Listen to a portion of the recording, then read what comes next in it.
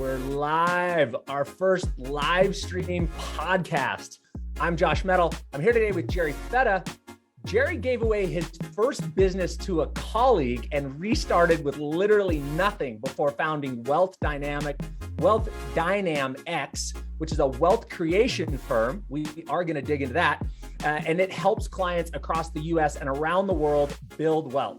Jerry helps make finances simple, true, and applicable. Jerry's married to his wife and business partner, Lexi, and together they have achieved financial independence of their own in their own lives before they were 30. And they want to help as many families as they can do the same, which is very similar to my just cause that Jerry and I just talked about. So Jerry, welcome to the show, brother. I'm excited to have you. I love yours and Lexi's mission. I'm grateful for what you're doing for communities around the country. Let's start with this giving away your first business. Bring us up to speed with what that's all about and what you and Lexi are doing today, man. Awesome. Thanks, Josh. Good to be on today. Yeah. So I guess, with that business that I gave away, I like to say that I was a mainstream financial advisor. So I started that at 18. I was doing, retirement planning and mutual funds and the whole gambit. I refer to it as the soup of the day. And so I was doing that. I was working with Dave Ramsey in several different states. And at a certain point, I started learning more about money, which is funny because I had all these licenses, right?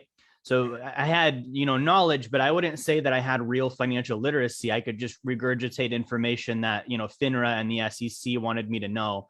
And so as I started learning about real financial literacy, I started realizing what I had wasn't financial literacy, and those were just retail financial products. And I kind of lost the passion for that business. So I was like, I don't want to just be peddling products. I need to be doing something that actually helps. So I gave that business away in 2016. No idea what I was going to do. I just knew that I needed, something that I could believe in and I knew would actually help people. And that's when I started to slowly piece together a Wealth DynamX. And it's been, an evolution of adding one step and the next step and the next step. And today we have an entire blueprint someone can follow to go from that first step all the way through to, achieving financial independence. So you've been working with Wealth DynamX for about 6 years, it sounds like. And just out of pure curiosity, when did you and Lexi get married? We got married in 2012. Okay. So she was a partner for this thing and building it with you from the beginning. Yeah. I mean, when I first got started, I was terrible at business. I didn't know sales, prospecting, marketing, none of that stuff. So she had a job that paid our bills while I failed miserably at being an entrepreneur for several years. And then finally I made enough money to hire her out of that job. She was my first hire. And I was like, hey, let's get you out of that job into the business. And when I did that, we just took off. It was just light speed at that point. I love it. It reminds me of, the growth mindset, right? When we start off as entrepreneurs, we just have to have a belief that we don't know how to do it yet, but we can figure it out. And slowly but surely, through little failures and little successes, we find that path. But there's a little nugget you dropped right there, which was the precursor for entrepreneurialism, is the ability to have a growth mindset and to approach things that you didn't know. I think, as you said, fail miserably. As you approach those things that you were failing miserably at, instead of saying, oh, this sucks, I'm terrible. It's like, all right, well, I obviously haven't learned that yet. Let's keep going. And now I'm going to learn that lesson next time. Yeah. And we were talking a little bit before the show. I think you and I had similar childhoods where I kind of started in that. I grew up in that kind of thing. So there wasn't like there was nothing I was losing by failing. It was like, well, this has been the last 22 years of my life anyways. So what else could happen? It's only up from here. I always seem to be able to find the bottom and bounce. So let's just keep doing that until we really find the path. Exactly. Yep. I love it, dude. I love it. Well, that's a great story and really a cool why, if you will, why you made that shift. So let's get into something that has really kind of caught my attention from a few of my friends that I've been talking to lately. And I have a lot of concern about this. This is something that I've been thinking a lot about, and I'm not exactly sure. I want to hear your thoughts on it because I'm not exactly sure how to advise some of my friends. So I'm seeing investors, people that I know and care for, taking big risks in the market right now.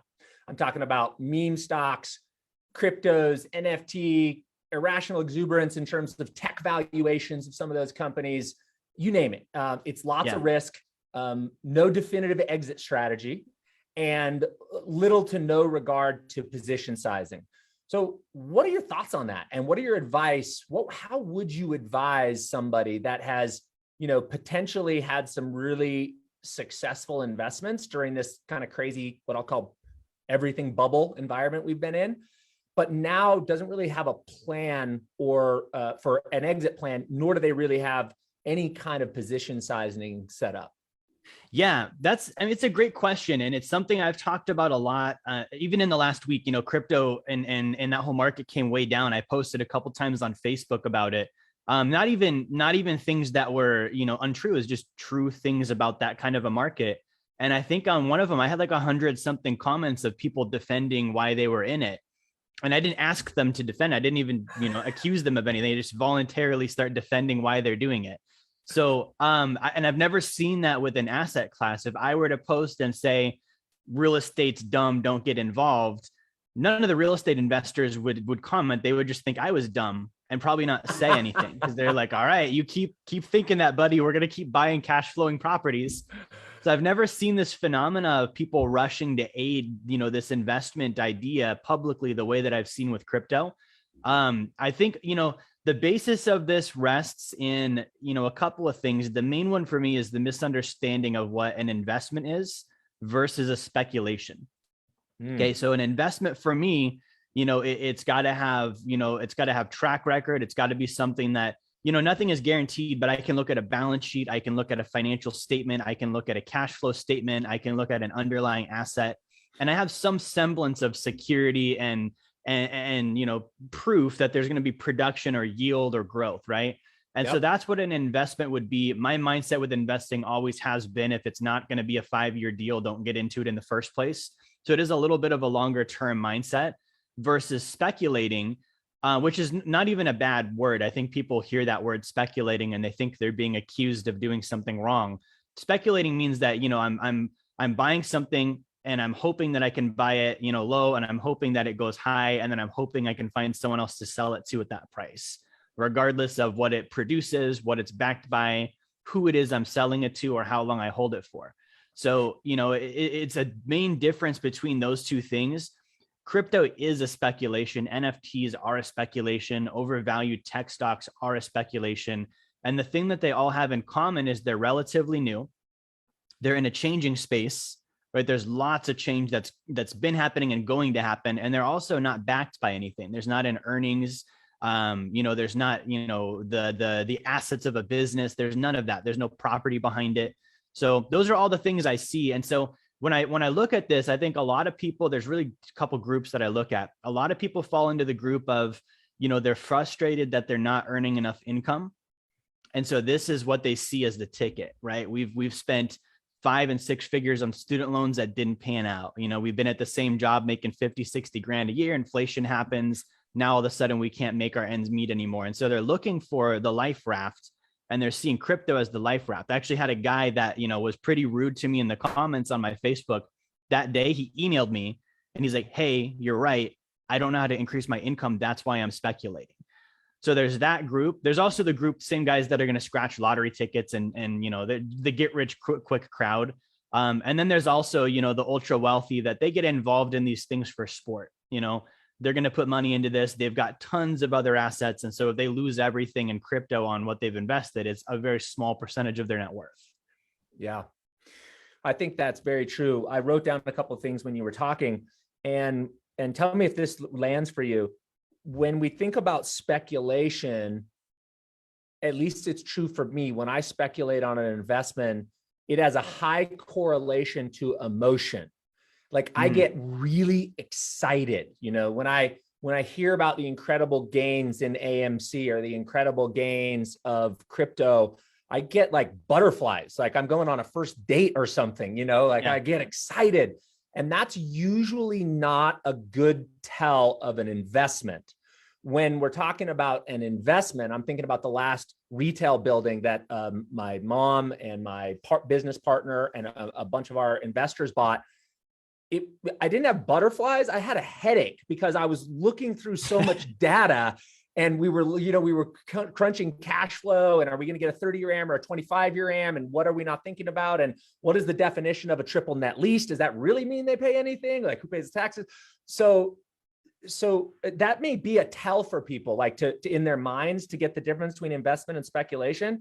Mm-hmm. Investment has track record, performance, and analytics. Like, you could forecast off the way that property is likely to perform, give or take local market fluctuations, what have you, the economy. But speculation is more heart and emotion. Does that land for you? That does. Yeah. And I think in the analytics part, especially because on a stock or a crypto, people will look at the trading price of the asset as the analytics. And if we take that same concept and we bring that back to real estate, when you're buying a real estate deal, that's the same thing. You're looking at price, but you're also looking at the sub statistics that are producing that price. And as the investor, you're actually trying to disprove that price. You're trying to show they're listing for too much. I want a discount, and I'm going to use, the profit and losses, balance sheets, track record, whatever, lease contracts to prove that value is not as high as they're saying it is, so I can get a discount. It's not a good thing to buy at a high price in the real estate world. Mm-hmm. Yeah, that's super, super interesting. The other thing you said was, on investments, you like to look at a minimum of 5 years. We, in the mortgage space, we talk a lot to people and say, the longer your time horizon, the lower your risk. If you've got to be, if you're going to do a medical residency and you're there for 3 years and you're going to bounce and you're going to need to sell that property because maybe you're going to another fellowship that doesn't have a really high income, so you're going to need that capital back.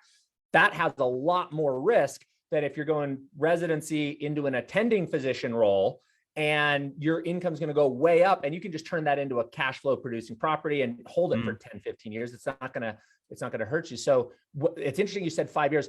When I think about our investment philosophy, we talk about the preferred holding time of a real estate investment, thinking of 100 years. I'm always thinking, are my kids going to be proud to own this piece of property? And can my wife and mom go to this property without getting mugged? Those are kind of like my litmus tests. If they don't pass those two, I'm like, nope, next. No need to do the due diligence on the underwriting, right? Let's just pass and go to the next one. So cool. I love that. Those are really good nuggets. And I love the long-term time horizon as the differentiation between investments and speculation. That was really great. Yeah. So were you going to say something else there, Jerry? No, I was just, agreeing with you. Yeah. Okay. So let's say that you're in these investments.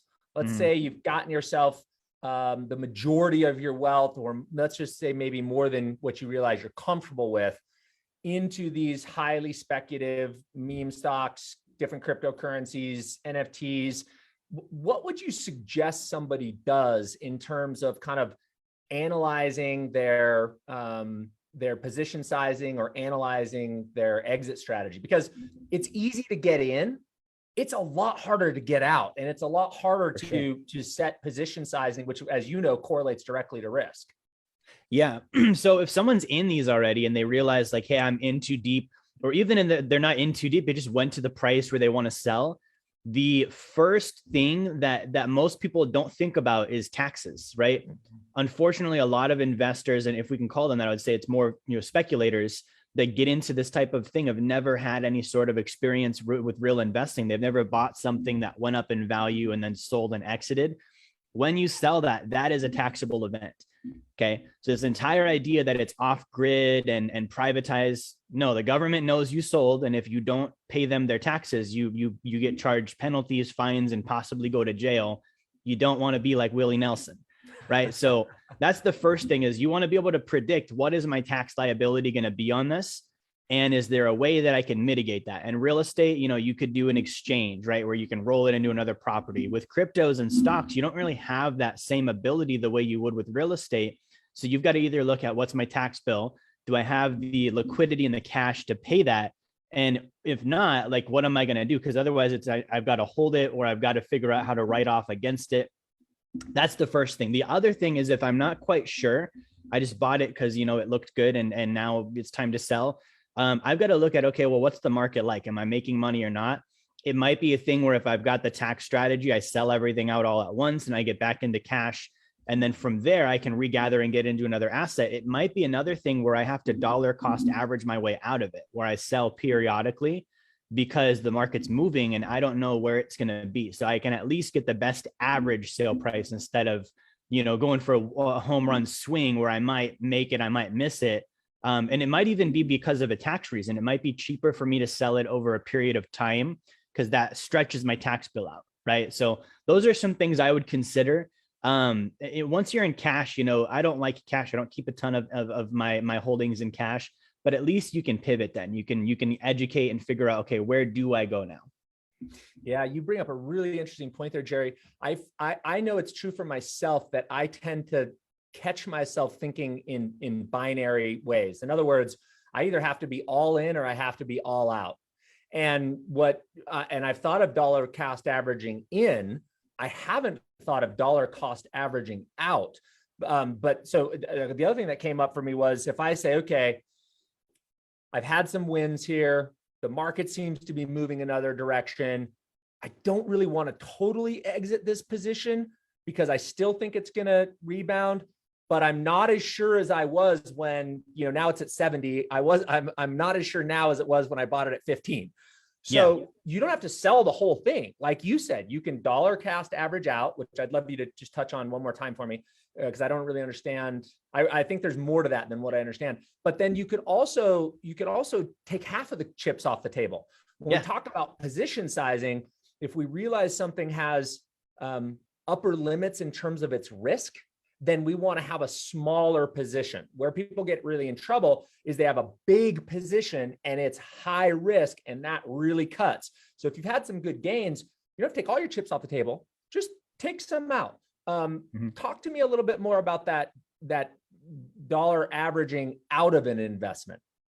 Yeah, that's basically, you would look at, if I have a chunk in there, I would look at my time horizon and say, okay, well, at what period do I want to be out to whatever the full completion rate of what that means to me? If it's 100% or 50%. And if I don't want to take it all today, I would literally take the amount that I want to withdraw over the time period that I want to take it out, and I did divide it by that time period. And what that does is, regardless of price, that mode, whether that's monthly or quarterly or weekly, I'm pulling out X amount of dollars from my crypto portfolio. And what that means is, as the market moves, I'm just going out anyways. And so when you dollar cost average, you're not always getting the best price that day, but you're averaging it out. And so this would be a good strategy for somebody that doesn't know how to time it, isn't sure, and does want to get out securely.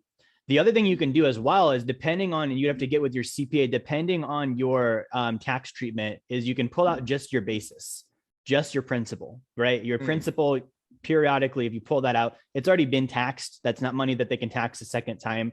So if you're structured correctly and you just withdraw your principal and none of your gains, then you can get out and avoid the taxes. And then you can just leave your gains in there growing. At some point, you will pay taxes on those, but it kind of gives you some breathing space.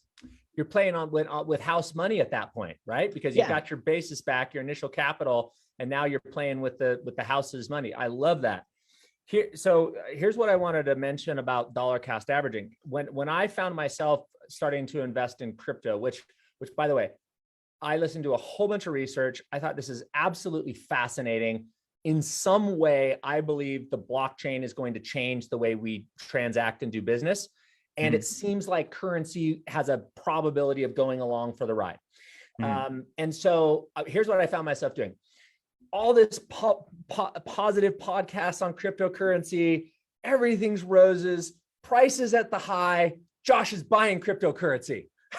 Then everything goes down. It's a bottom. Everybody's capitulating. And I'm like, oh no, I should probably sell my cryptocurrency. But at least I didn't sell. I just hung on to it.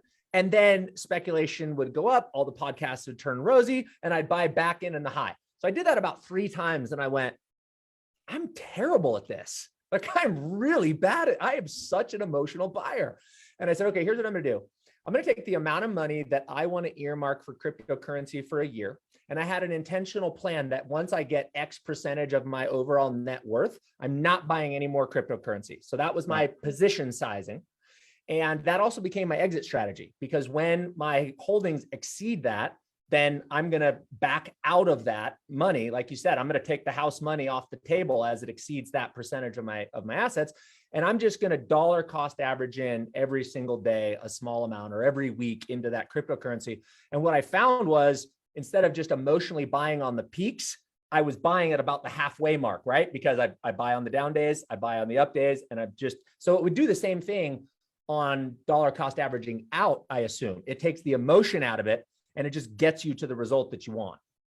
Yeah, absolutely. And with crypto, when you're speculating, there's the old quote of fear and greed, right? So when people are being greedy, that's when you want to be fearful, and when people are being fearful, that's when you want to be greedy. So you almost want to do what you were saying. You want to do opposite of that, where when the podcasts are rosy, don't buy a thing, right? Yep. Like that's when all the other money is getting in. It's called market displacement. More people get in the pool, the water rises. You don't want to be in the pool when everyone and their kids are in the pool, right? Yeah. Once they get out, that water comes back down. Now I'm going to go swimming, right? So that's kind of the way you'd want to go. And again, I don't speculate much myself. So that would be the theory behind it. It does take some very, very strong discipline and practical application to do that, regardless of emotion and distraction and advice and all these things that can come into your mind at the time to pull the trigger. Yeah, well said, man. Well, I think we covered that very well. I appreciate your advice, and you taught me a couple of things there. So thanks for that. Absolutely. You have a step-by-step sequence to build wealth like the top 1%. I loved that headline, and I'd love you to dive into that and talk about what you have observed around the top 1% and how they accumulate assets and how they live their financial lives, and then help us understand what that step-by-step sequence is. Absolutely. So yeah, so I wrote a book about it. It's called Blueprint to Financial Freedom. And so basically this kind of outlines this. And so you guys can grab a free chapter of that too, if you go to jerryfetta.com/free chapter. But basically when I was a financial advisor, I learned all of this, like I said, mainstream stuff. And it was all of the things that, basically the government wanted me to learn and be able to regurgitate about stocks and bonds and mutual funds and options and all these different things. And when I started learning about, the top 1%, it was around that time where I realized that there was other things out there, right? And what I really learned is I learned the top 1% aren't out there buying mutual funds. That's not what they invest in. They're not into retail financial products. And so then the question opened up of, well, what are they into? And I couldn't find that answer. And in the financial advising world, when you ask those type of questions to the company I was with, I got slapped on the wrist so many times. Don't ask that. We can't talk about that. You can't tell people about that.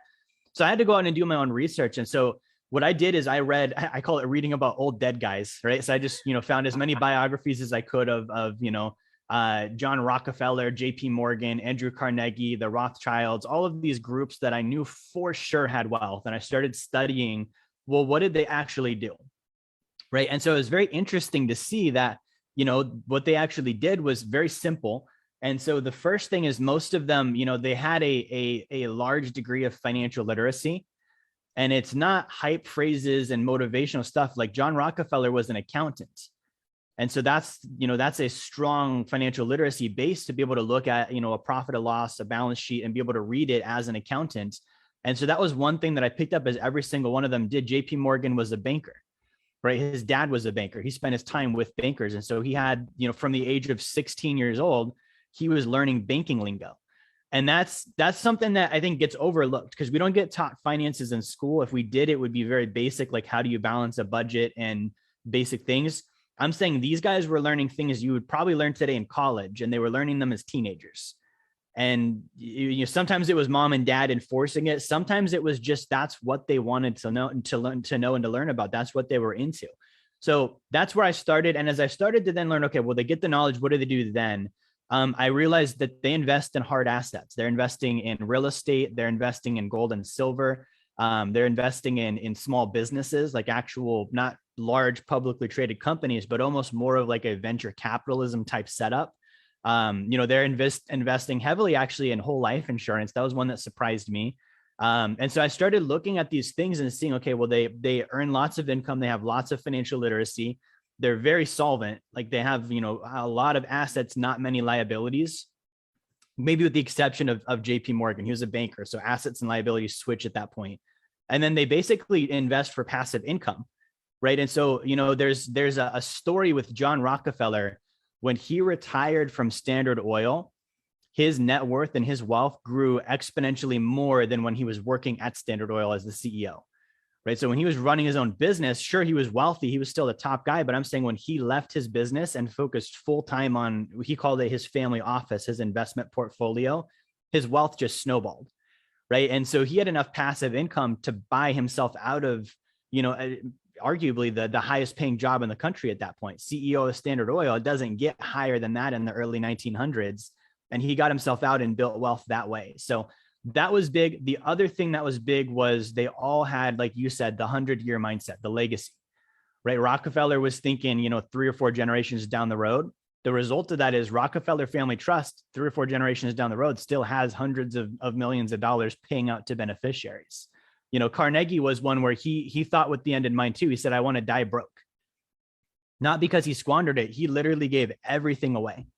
So that's another one where he didn't have, the family legacy like some people will, but he was like, well, my churches, my charities, my organizations, that's why I'm doing this. And so with the end in mind, I'm building for that purpose. And so that was another thing that I noticed the top 1% do is they think about, okay, what is this going to look like after I'm gone?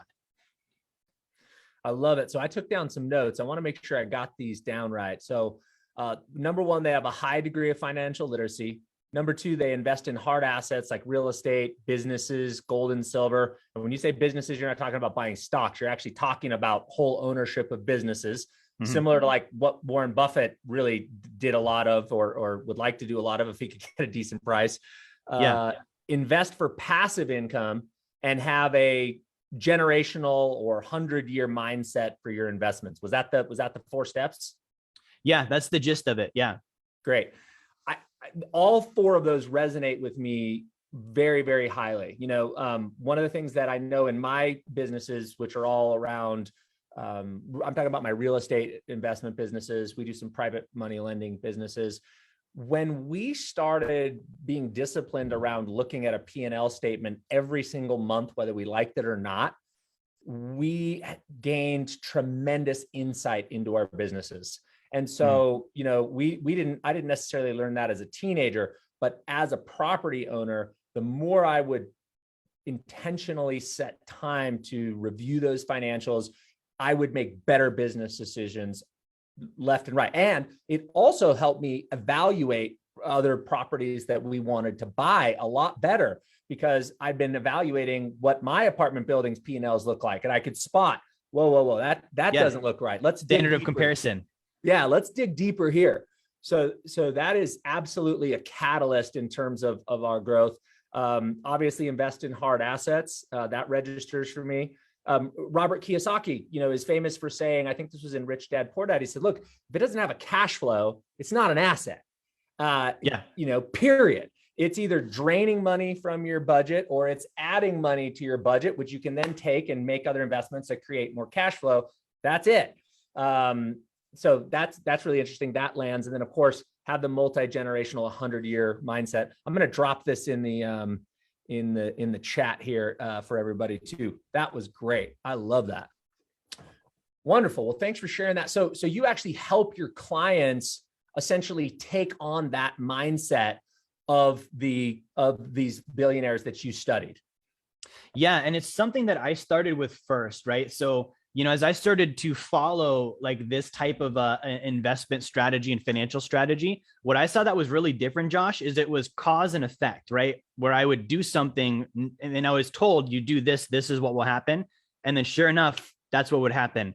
And I wasn't used to that in the retail financial world mainstream. We're trained to tell people past performance does not mean future performance. You can't guarantee anything. You can't make promissory statements. So I was coming from a world that, my expectation was very shifted towards, well, maybe this will work. Maybe it won't. I can't promise anything. I don't know. And then it went into, okay, well, this is what you do. And this is what will happen no matter what. And that's what was happening for me. So I was able to build it out myself following that method and system. Now it's something that I'm able to help clients do as well through, our system of the blueprint and working with them on a personal financial basis. And, it's step by step. It's, gaining financial literacy. It's building solvency. Then it's starting to build financial freedom through investing, and it just kind of snowballs at that point. I love it. So this is a perfect transition. And the next thing I wanted to ask you about, and you've obviously already alluded to it a little bit, but I want to know, what are you doing with your money right now? How are you looking at real estate valuations? How are you looking at gold and silver? Are you evaluating buying other businesses or just investing heavily in your own? Like, what are you doing with your own capital? You mentioned that you don't like to hold a lot of dollars. So where's that life energy going, Jerry? Yeah, so I am big on a couple of things. So, I have this thing called the triangle of wealth, and it's basically, if you look at the triangle, it's earn, save, invest. We earn in currency, we save in stores of value, and then we invest in income producing assets. So, at any given time, I'm working on all three of those points, growing my business, growing my earned income. And that's the trick, is it takes earned income to get passive income. A lot of people don't realize that. You will put in the work for 5 or 10 or 15 years earning so that you can get the passive income. So I'm right there with you, right? So the trading time for money thing will still happen. You just have to get really good at it so that you're uber efficient with the amount you're getting per unit of time traded until you can buy your way out. So for me, as the store of value, I do gold, and I do high early cash value whole life insurance. So when I earn my currency, I only keep 1 month in cash. Like, literally, for my business and personal, it's 1 month in cash, enough for some liquidity, right? Bills have to get paid, settled, etc. Everything else comes off the table, and it immediately goes into gold and life insurance. And the strategy there is those assets are going to grow and appreciate. And as I'm ready to then put them to work and deploy them into assets, I can actually borrow against them tax-free. When I borrow against them, they still grow, right? So life insurance is going to grow at about a 3 to 5% annual rate. Gold, historically, since the 70s, when we were allowed to own it again, about 8 to 10%, right? So I'm going to have this positive arbitrage spread on what I'm earning and what I'm paying. Then I can also deploy the capital and earn another rate of return. I'm very big on private lending. So I don't like landlording and dealing with tenants and properties. So I'm the mortgage on lots of real estate. And so I'll find a deal or an investor or a fund that I have, worked with in the past, has credibility. I'll loan to them as, first position security on whatever it is they're doing. And then I just get interest checks every month. And so that's kind of the way that I go about it. I like that because regardless of the market, people need loans. This being in the mortgage world, people need money, man. So if the market's down, they need to borrow money. If the market's up, they need to borrow money. As long as they repay me, I'm fine. And if they don't, I get to take away their thing based on, the contract or the paperwork. And so that gives me some downside protection. Yeah. And you're following the third rule of money from Think and Grow, not Think and Grow Rich, from Richest Man in Babylon, which is make thy gold multiply. Invest wisely. We got to get that cash flow. So there's a couple of things that you said I want to dig into. You said arbitrage. I want to define that and talk about that because I think that's a really important concept in currency. But I don't think I got all three of the three sides of the triangle. The first one was earn in currency. Will you give me the other two a little slower? Yeah. So earn in currency. And then we have save in stores of value. Got it. And then we have invest in income producing assets. And invest in cash flow producing. So walk me through that waterfall, Jerry. Money comes in, it automatically, probably, I'm assuming there's some sort of automation that automatically sends that money into a pre-decided decision to buy gold. Is that physical gold? Is it bullion? Is it miners? Is it a combination of? Physical, yeah, physical generic bullion. So I don't get involved in, if it's digits and paper, it's not the real thing. So I get the real deal. No counterparty risk, baby. Exactly. All right. So it goes straight into gold. It goes straight into life insurance. And then you then borrow from that to invest in a note, a private note. And then you're probably earning the arbitrage between what your borrowing cost is against your asset and the cash flow that you're bringing off the note. Did I get that right? Precisely. And then both of those assets, gold and life insurance, are also still growing at the same time. Right. So you've got the double. So when we go into this asset bubble where everything's growing, you're getting the growth and the cash flow. That's really super interesting. It's not far off what I do, interestingly enough. So my money comes into my checking account. I beg my wife if I can have some. Then I move that money immediately over into, I've got 3 different buckets, but it's essentially gold. I do some super diversified ETFs that are all over the place. I do a little bit of cryptocurrency. And then when I need capital for a real estate investment or a private money note, I'm way heavier real estate than note, because I have a family and a team that's willing to manage that real estate for us. Then I either borrow, which is my first choice, margin loans, take that money out if I can, or if I have to, I'll liquidate and then make the real estate investment, because that's kind of like my primary play. I go back to the Kiyosaki thing. If it doesn't cash flow, it's not an asset. So the gold and the ETFs is like, I know I'm going to do better than if my money just sits in cash and I have inflation eat me to death. Yeah. Yeah. And that's the thing is inflation this year, so if you look back, CPI, Consumer Price Index, that's what we're told inflation is. If you look at that in reality of what actual inflation is based on like the 1970s and 80s calculations, real inflation is about double what they tell us it is on CPI. So this year, when they say it's 7 or 8%, it's actually like 14 to 15%, which means if I had $100,000 last year, this year, that $100,000 buys only $85,000 worth of things. So, and that's why you said it, not keeping a ton in cash. I said the same thing. I only keep a month in cash. It's a negative rate of return. You're losing the longer you hold the cash. It's the definition of that game, hot potato. You don't want to hold on to the cash. Yes. So the 2 things that and I'm glad you brought up inflation, because that was the second thing I wanted to circle back on. Let's go back to this idea of arbitrage real quick, Jerry, because we both described it and we're both using it in very similar fashions. But, there is that traditional school of thought, the Dave Ramsey school of thought, where you have to pay off all debt before you invest. And that is a route to reaching financial freedom. But if you listen to somebody like a Kiyosaki or somebody else like that, they'll say, no, loans are leverage. If you're using leverage to put you into an asset that is going to create greater cash flow than what the cost of the loan is, you do that all day long. Because to your point, Jerry, I get the cash flow, which is the difference between the payment and what the net rental income is. I also get the growth of the asset, the principal growth. So help us make arbitrage super simple for everybody to understand it, and tell us your thoughts on it. Yes. So arbitrage is when you have an asset growing at a certain rate, and then you borrow against the cash value of that asset at a lower rate than what you're earning. And you instantly make profit. So it's very different than like, there's no hope involved. It's not like I'm speculating and I hope I can, buy a stock on margin and it goes up. It's no, this is already earning. I know for a fact I have proof, and this rate mathematically is lower than the earning rate. And I know for sure I'm going to be profitable instantaneously, right? So I could not even invest the capital and I would still make money on just borrowing against the asset. Now, the second step of this is then, like you said, deploying it into something that does produce passive income or cash flow. And so that's kind of the 1-2 step. The third step for me is the income that I get, I service my loan with, right? So if I'm getting, let's say I take 50 grand, I pull that from my life insurance and it's growing at 3% or 5% and it's costing me 2% to borrow. I might put that in a note, and that note might be paying me 12%, which is $500 a month.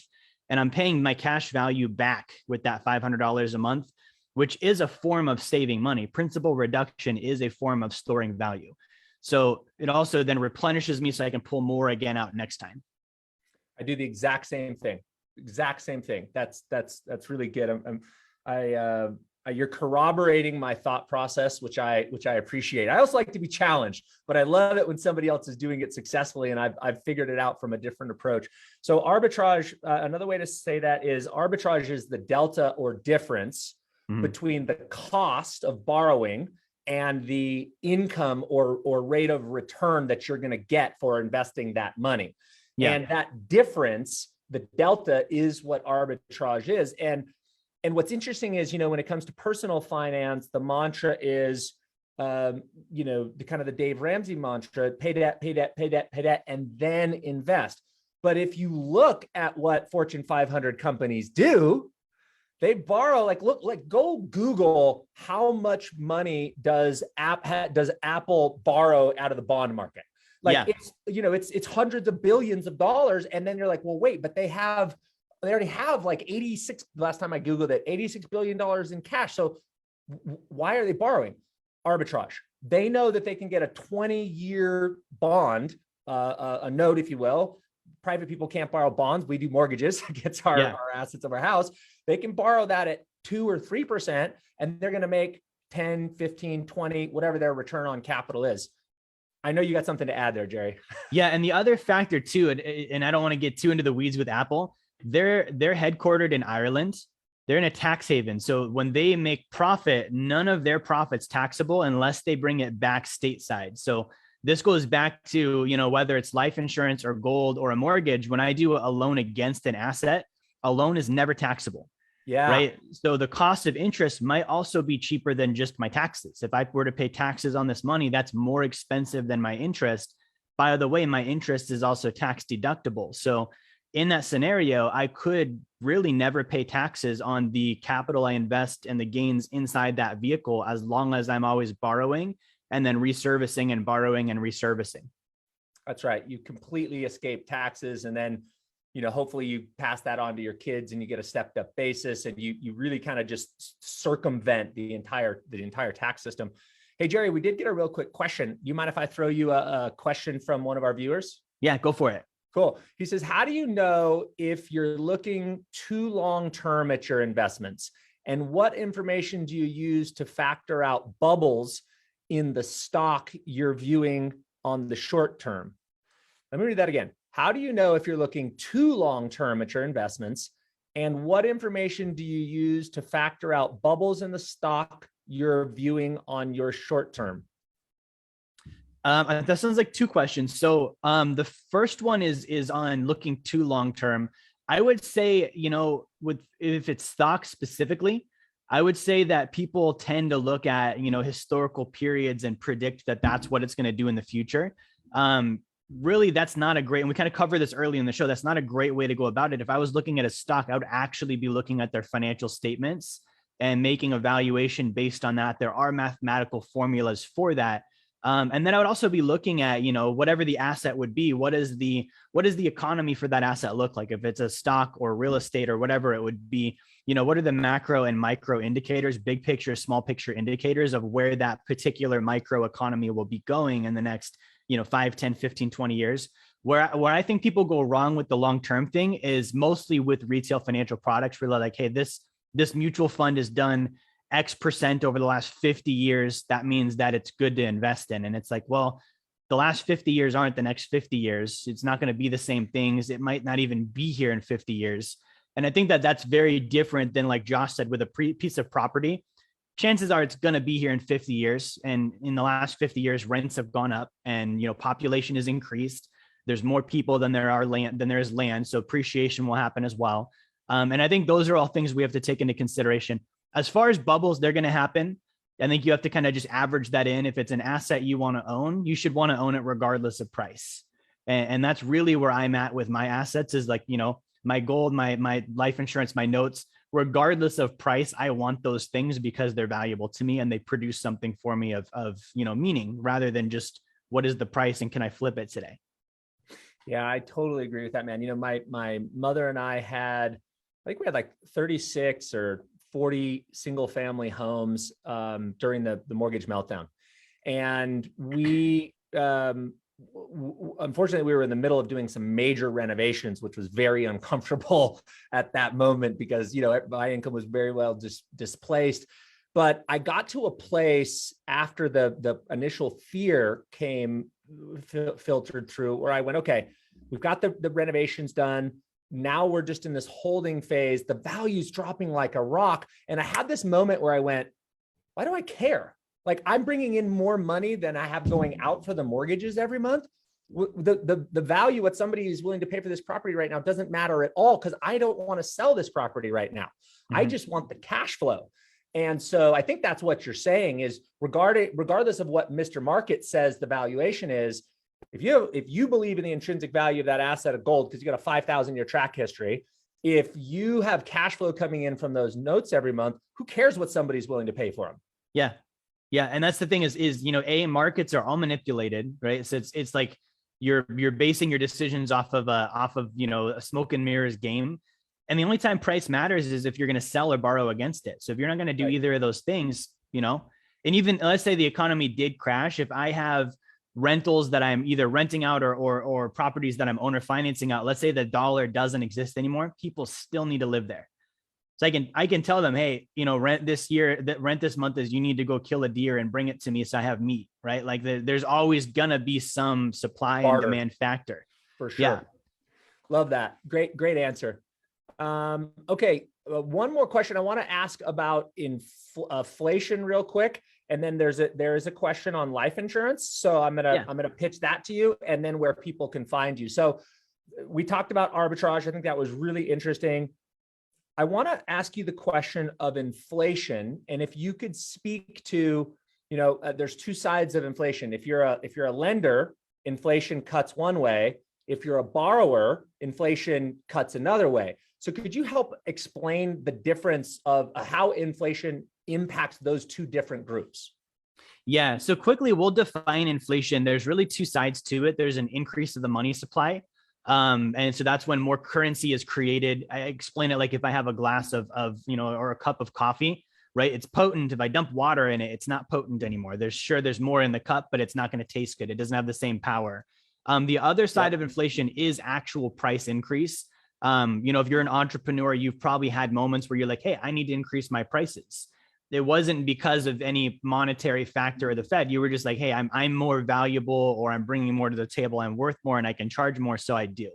And that's really the two different demand based, right? Yeah, more of a supply and demand, factor that goes on there. So that's really the two sides to it. Both of those are going to happen. Historically, we can look at inflation and we know that it's usually 6 to 8% as an annual range for the last 100 years on real inflation numbers. If I am a lender, what that means is my currency, and when I loan it out, that currency as it's being repaid is actually buying less and less every month, right? So this is the downside. Like for me, I do a lot of note lending, a lot of mortgage lending. So, if I'm getting, $1,000 a month last year, well, sure, on paper this year, it's still $1,000, but it's only buying me about $850 worth of items, right? Because prices have gone up. So that's the downside. And the way that I offset that is I have to get more loans out there. Right. And it, depending on how interest rates are, I might do that through my margin, raising my rate up on my loans, or I might do that through my volume of just getting more quantity of loans out so I can offset the increase in the inflation.